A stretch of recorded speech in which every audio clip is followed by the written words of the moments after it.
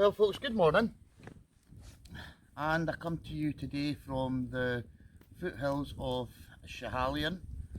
I'm enrolled in Highland Perthshire, and welcome to Just for Today by the Campfire. Anybody that hasn't been on my channel and hasn't seen one of these segments, Just for Today is a reading from the Narcotics Anonymous book, just to get anybody that's suffering from addiction, or anybody that's in recovery from addiction, just to get them sort of pepped up for the day. I read this every day. Although my issue was alcohol, I find identification from some of the things in this book. It's a sort of step-by-step guide to recovery on how you should be leading your life if you so wish, in a more positive manner than maybe we used to. So, 12th of July, the glorious 12th, at the start of the grouse season. On the respects, I'll give them a wee Colleen first. As you probably have seen, I've been up here since sort of early morning yesterday. Had a brilliant camp, and it's great to be out here and to find the serenity.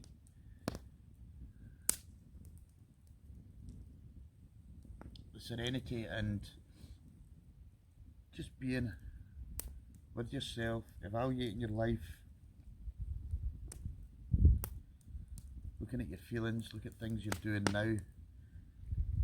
Also reflecting on things that you've done previously that weren't too good for you.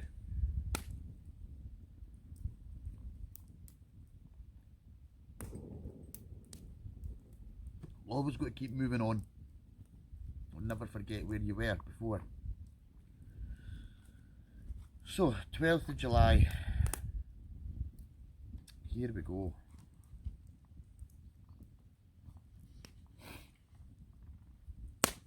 So we were trapped by our need for the instant gratification that drugs or alcohol gave us.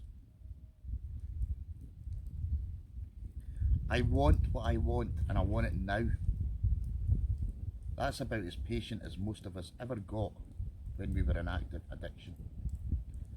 The obsession and compulsion of our disease gave us a one-track way of thinking when we wanted something, and that's all we wanted to think about. The drugs and alcohol we took taught us that instant gratification was never more than a dose away. It's no wonder that most of us came to Narcotics Anonymous or Alcoholics Anonymous with next to no patience at all. The problem is, we can't always get what we want whenever we want it. Some of our wishes are pure and utter fantasy. If we think about it, we'll realise we have no reason to believe those wishes will be fulfilled even in our lifetimes. We probably can't even fulfill all our realistic desires, and we certainly can't fulfill them all at once. In order to acquire or achieve some things, we need to sacrifice others. In our addiction, we saw instant gratification, squandering our resources, all our money on the wrong sort of stuff. In recovery, we must learn to prioritise, sometimes denying the gratification of some desires in order to fulfil more important long-term goals. To do so requires patience. To find that patience, we practice our programme of recovery, seeking the kind of full-bodied spiritual awakening that will allow us to live life and enjoy life on life's terms. It's a phrase I use a lot actually with some of the guys I work with now. I wish I'd actually thought about it back then when I was struggling. Enjoy life on life's terms. Some things you have no control over. So just for today, higher power, Help me discover what's most important in my life. Help me learn patience, that I can devote my resources to the important things.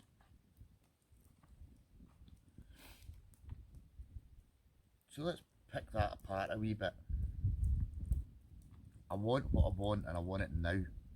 I'm still like that. I'm a nightmare. eBay, that addictive behaviour still creeps in. I decided 2 weeks ago that I wanted to start wearing like rock band t-shirts. 2 weeks ago. I now have 15 t-shirts that I've bought online. Bands that I didn't even like, but I just liked the t-shirt. I thought it was cool.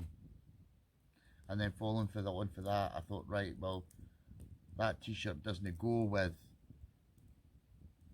that jacket that I'm wearing.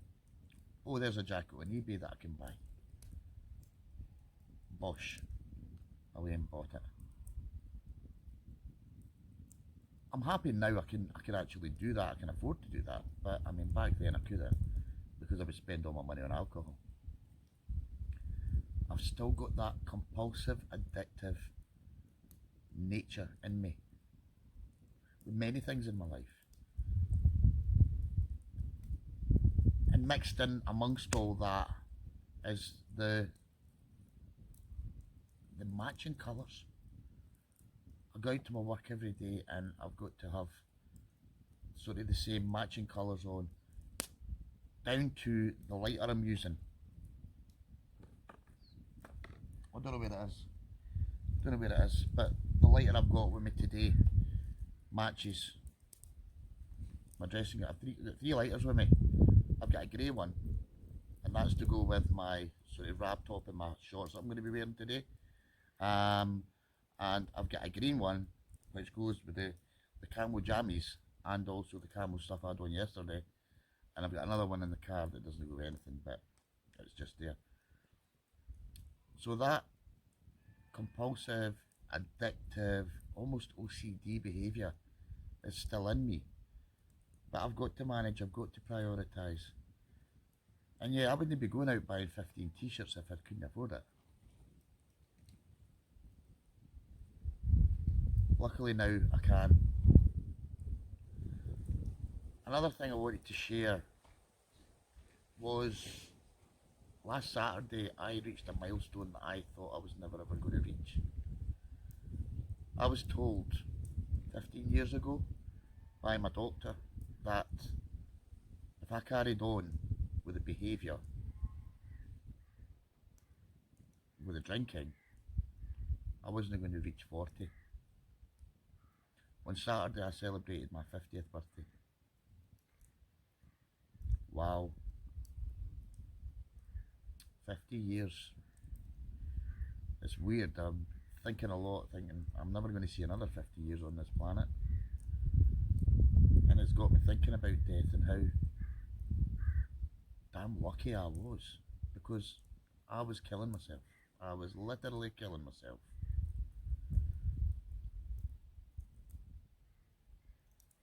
That in itself is a sobering thought.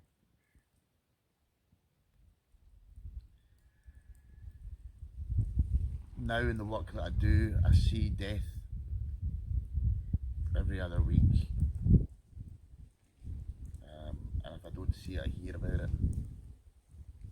And about what addiction, whether it be drugs, alcohol, gambling, what that can do to somebody. And it's not just that person, it's their surrounding family, friends. And I think, Andy, you've just reached 50.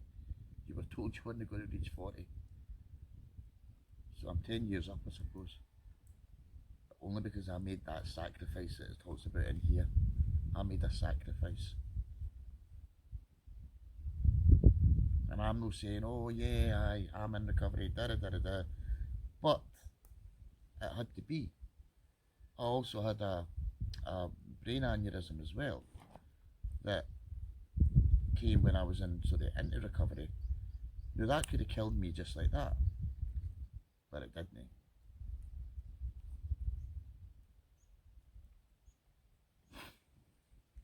So yeah, being in places like these makes you think, makes you sort of gather your thoughts.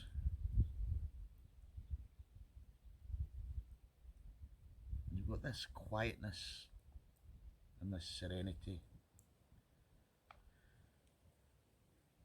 and it's just definitely outdoor therapy is the way to go, and I wish more people were doing it.